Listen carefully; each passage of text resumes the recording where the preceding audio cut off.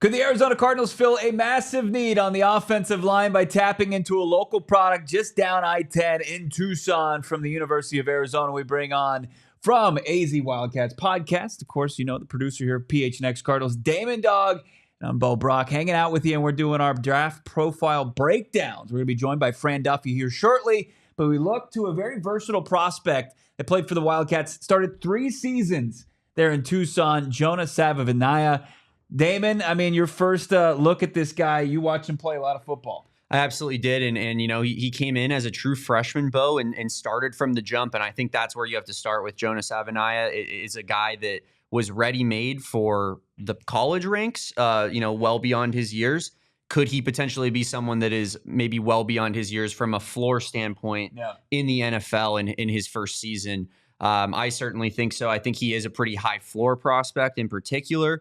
Just played a lot of snaps, played with Jordan Morgan, knows what it's like to be, a pro type person and how those guys handle themselves every day within the program. He spoke to that at the combine when we talked to him, just saying that Jordan Morgan and other guys that had more experience in that room with him, just kind of gave him the idea of how you prepare and how you go about every day. And it's never bad to have, that kind of a first round pick being that guy for you. So, I really like the prospect here. And I think, he can play both outside, but probably projects even better on the inside. Yeah, similar to his old teammate in Jordan Morgan, where, there was some knocks as far as his arm length, which is such a trendy topic. And we maybe get lost in the sauce there at this time of year, the paralysis by overanalysis. But when you look at this guy, 6'4", 324, that's good guard size at the NFL level. Heck, that could play on the outside at tackle. Pretty athletic for his size. Got that RAS score of 84, under 5, 40-yard dash for the big man. But he does kind of remind me a little bit of a little Will Hernandez in him.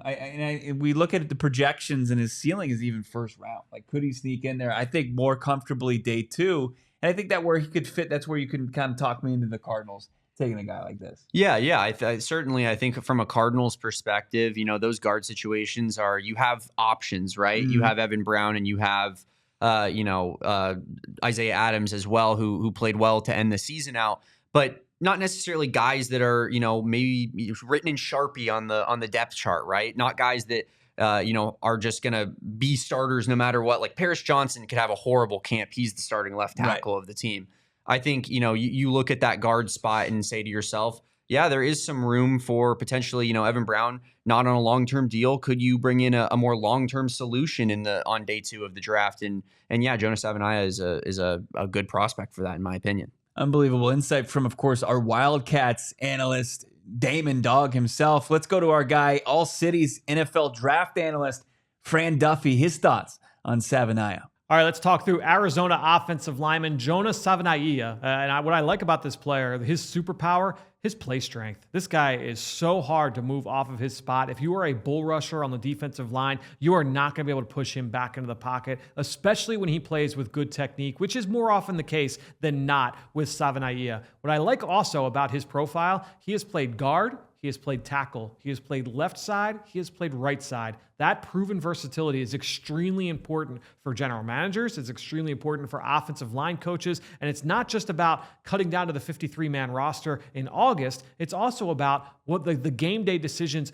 when you get to trying to decide who's inactive and who's not on game day. Because Savaiinaea, even if he's not a starter early on in his career, the fact that he can back up at multiple positions is very important. And when he does become a starter, the fact that, hey, you know what, if he's going to be the starting right tackle and the right guard goes down, well, now that his ability to slide inside, that gives you more flexibility in the back end of your depth chart to decide who's going to be active and who's going to not be inactive. So I think when you're looking at Savaiinaea, again, 3-year starter, he's got the versatility to play both spots and play left and right. And what I like most is that he wasn't afraid to turn things down. Look, it's late in the season here in 2024. Probably had an idea that he was going to be declaring for the draft. They had a spot open up at left tackle. He had not played on the left side previously. And they said, you know what, can you make that move?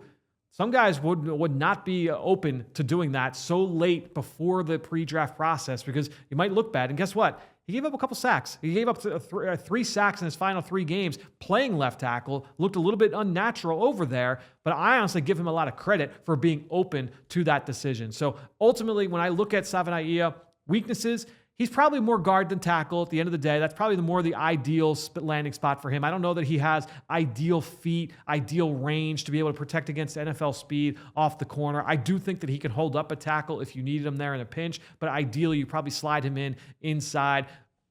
And then the other big aspect of his game, again, is just the versatility, the play strength. His hands are pretty strong. He was very rarely penalized. He had 5 penalties in over 2,400 snaps played in his entire college career. I can't emphasize this enough. When you see freshman starters along the offensive line, it usually does not go well. That is usually a position where the youth is exposed in college football. You have 17 and 18-year-olds trying to block 21 and 22-year-olds on an every down basis. You're going to get grabs. You're going to get holds. You're going to give sacks and pressures allowed. The fact that Savaiinaea was able to weather that storm and be able to come out better on the other side, I thought was very, very impressive. His analytical profile is pretty positive when you try and paint that picture forward. He's not a plus athlete, but I think you check the box there. So Savaiinaea, to me, projects very well as a solid starter moving in the NFL. Maybe not a consistent Pro Bowler, but someone you can rely on, certainly. Probably more a guard than a tackle.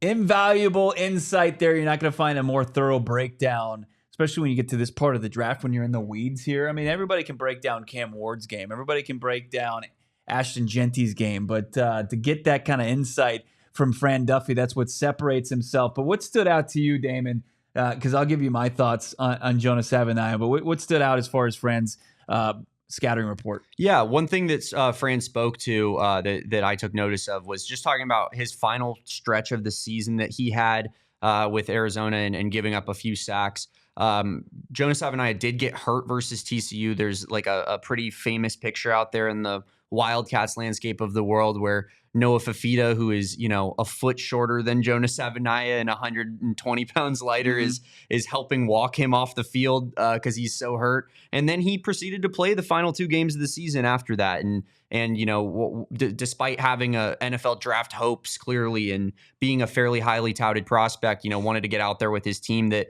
wasn't really competing for anything either at the end of the season. So, I think it speaks to his character a little bit. And I'm not saying that you can give the full pass there, but I do think that it provides the context that, yeah, he was a little bit banged up towards the end of that season. This is a guy that I think clearly projects as an NFL caliber guard. And with the versatility, I think that gives him an edge, is to maybe just find maybe some snaps in his rookie season if they didn't just throw him immediately in. But, there would be some competition, I think, just to start Evan Brown, Isaiah Adams, as you mentioned. But I think he does project to be a decent starter for the Arizona Cardinals. So, like, when you start to think of him in that light, like 47, of course, you want more upside probably from that. But I could talk myself into that if the Cardinals did call his name at that point.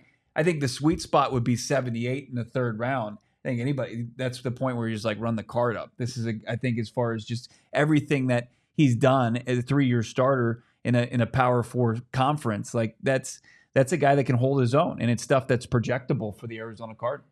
Yeah, certainly. And he went up against good defenses, too. I think that's kind of underheralded about the Pac-12. You look at his sophomore season, really, really good teams in that season. I mean, Oregon, Washington were both top 5 all season long. You had Utah, who has good defenses every single year. So it's not like the competition was bad there either. And he was, one of the better players on the field, if not the best player on the offensive line, depending on him or Jordan Morgan. But we know the Cardinals love RAS scores. Oh, yeah. He's got a good RAS score for a tackle in the 90th percentile range, but his guard RAS score is 98.4 percentile athleticism score.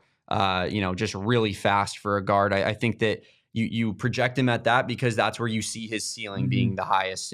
And ultimately, I think that's where he will play in the NFL, but with the ability to maybe pick up the slack for somebody if an injury happens to your guy on the outside. I mean, you would have Paris Johnson Jr. locked in. You have Isaiah Adams locked in, and then you have Jonah Savaiinaea. I mean, I think that's a pretty good offensive line for the future for the Cardinals, and a guy that could come in immediately, push for a starting spot, and if not, with his versatility, could somebody that easily takes up a roster spot for the Cardinals in the 2025 season.